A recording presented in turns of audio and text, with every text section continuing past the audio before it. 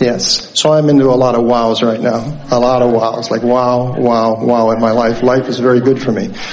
So the curiosity part here is on the non-physical is sort of, the physical is an extension of physical, of non-physical. So altogether we get the all that is. So on this leading edge of physicality, we come back in a death experience into non-physical.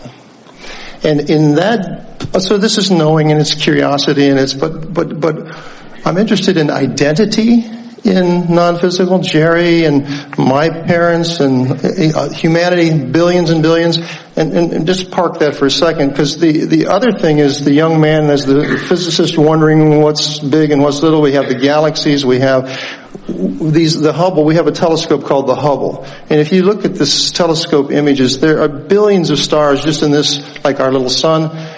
And so the interest question is we physically look through and extend our senses through devices like the Hubble telescope, and we see not just a galaxy like the Milky Way, which is us with billions, 200 billion stars. Then there are billions of these galaxies, and we have this thing called a Big Bang that's like an expanding universe. And this all seems physical to us. It's sort of energy manifestations. And my question is how is that perceived? So let's say I die, and I will, physically, this form. What will I see of this physical universe from the perspective of non-physical? How would it look? Or how will I see it? How will I sense it? And how will I know my identity without physical form? That's probably enough to ask. It's enough for days of conversation. First of all, it's in the vortex. And so the answers will continue to come. These are the questions that Esther is asking. And that's what happened. I get answers. I ask a question like that to you, and you're going to help me greatly. But then a lot of things will the lattice will keep filling in. Excuse me.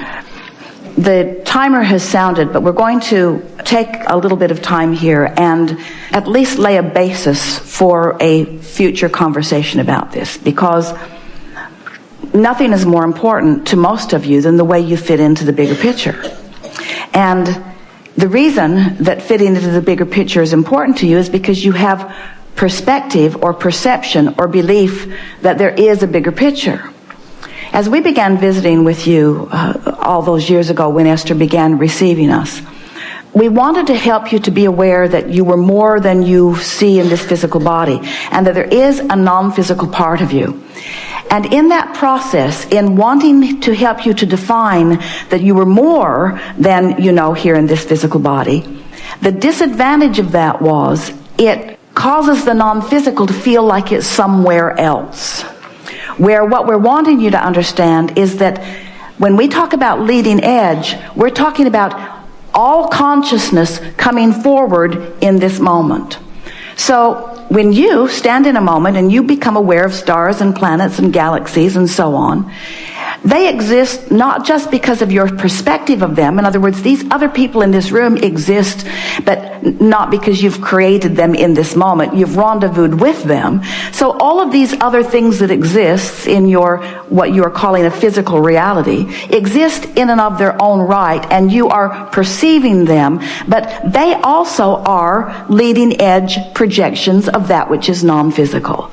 And the identity that you feel in your personality is so much more than you have ever had any idea that it is, because it is so much that has gone before and so much that is present in what we are calling the non-physical realm, but it's manifesting in the here and now with you.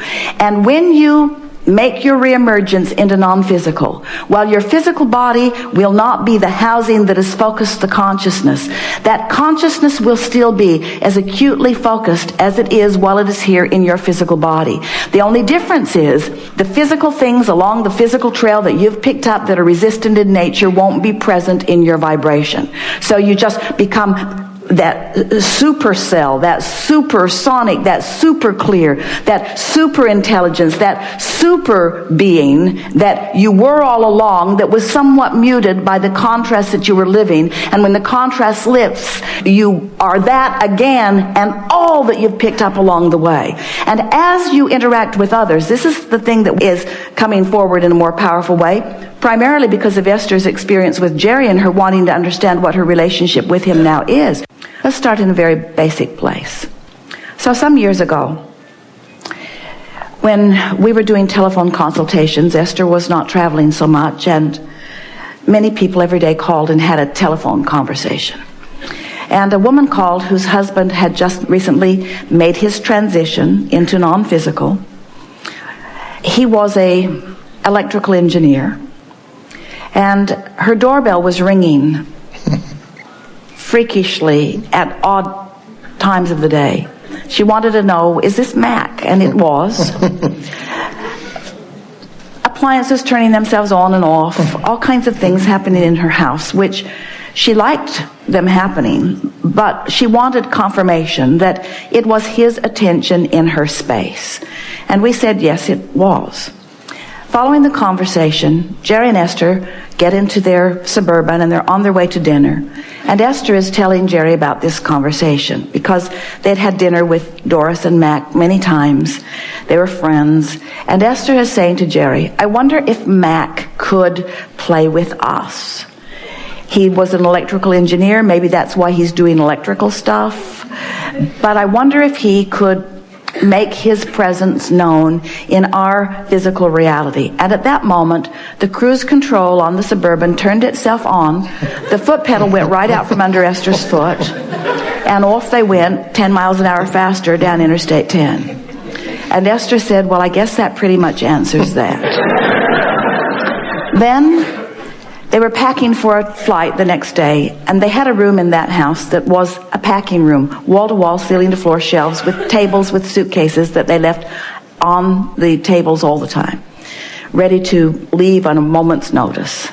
And Esther is preparing the suitcases, and she's standing in front of a table with her back against some shelves that went nearly to the ceiling. And something fell off the shelf and hit her on the head. And it felt like a roll of Christmas wrap. It didn't hurt. It just sort of bonked her on the head. And when she picked it up, Doris was an artist, a magnificent artist. It was a print of a wonderful painting that Doris had given them 5 years earlier, and it was still rolled up with the rubber band around it. They had never bothered to get it framed. And on that day, after that conversation, that was the only thing that has ever fallen off a shelf and hit Esther right over the head. And Esther said, never again will I question our dearly departed's perspective of what we're about. So now Esther is having these experiences with Jerry. He blinks a light to her to tell her good morning, different light depending on where she is. Happens at different times under different conditions, but there have been all kinds of experiences. She's trying to keep a log of them because it is so satisfying and so interesting, the different things that are occurring. And so the question is coming to Esther. So what is Jerry doing the rest of the time?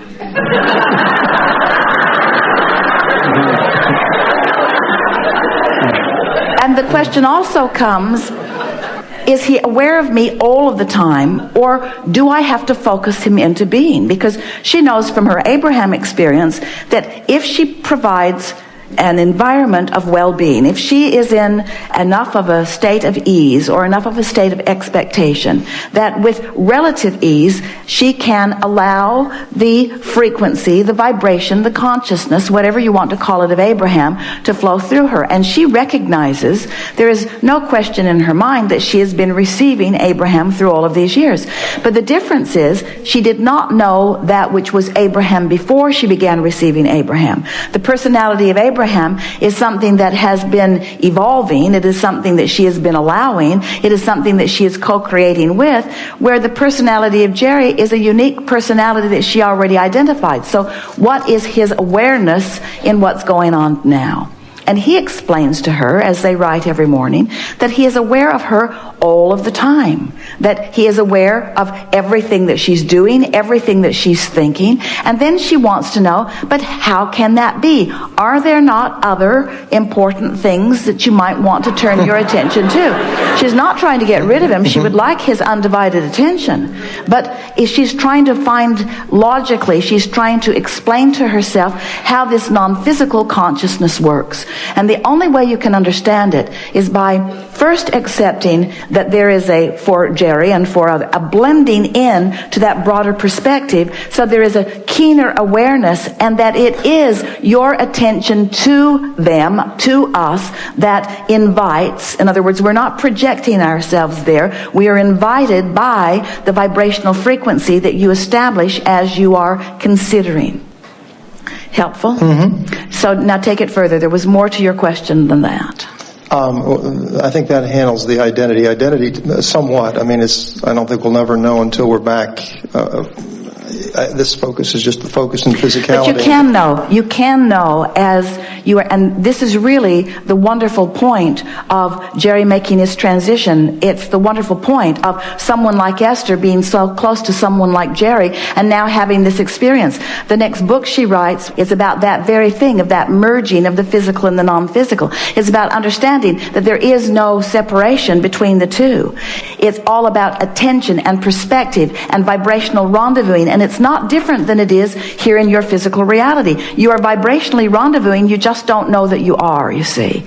And what you will come to understand, and some do get it, scientists, inventors, mathematicians, artists, musicians, usually people who are reaching for something that is new and that is beyond, often they recognize that co-creative state when they get into that feeling. But even athletes are in the zone. In other words, there's not one of you that is exempt from this alignment with source energy. And your lives will be so much richer and fuller when you accept that everyone that you've ever known, and those that you've known of that you may not have personally known, all of them are available and accessible to you whenever you think about them. Whenever you think about them. Whatever they are or whatever they represent to you can come forward into your leading edge, and you can share that moment or perspective with them. Esther was somewhat concerned, as Jerry was always sitting here making the notes from the seminars, and she loved following the seminar. He would spend the following many, many hours looking through his notes and adjusting them more and making more notation, because he was always looking for the information for the subscription programs, for the best of Abraham, for the quote clips. He was always looking for pieces that he could present to those who didn't have as much time as he did to move through the material. And so Esther was concerned. She couldn't think of anyone that she wanted to do that. Everyone who's close to her is already busy and doing what they're doing. And so she worried a little bit that she didn't know how she was going to accomplish that. And she was delighted to discover that she is really, really, really, really, really good at it. And the reason that she is really, really, really, really good at it is because she relaxes, and Jerry's right there doing it with her. And he was already really, really, really, really good at it. You see what we're getting at? Mm-hmm. In other words, you are not ever alone. You are not on your own. You are always supported. You just have to tune to the frequency that allows this brilliance, this infinite intelligence, this all-knowingness, this endless love. You just have to tune into the frequency of that and allow all of it that has always been forward with you in this powerful now. Jerry read Seth before he met us. And Seth was being expressed by Jane Roberts at the time. They never met them personally. They only found the books afterward. And Seth said, you create your own reality. And Jerry loved the idea of that. How is that so? And we've spent all of these years talking about that. And Seth said, your point of power is in the present. And that's what Seth was talking about. But we're talking about it so much more fully, so much more specifically, so much more intricately. This is what Jerry wanted to know. And this is what he now understands fully. And so does Esther. And so do you as a result of this conversation. Really good. Thank you.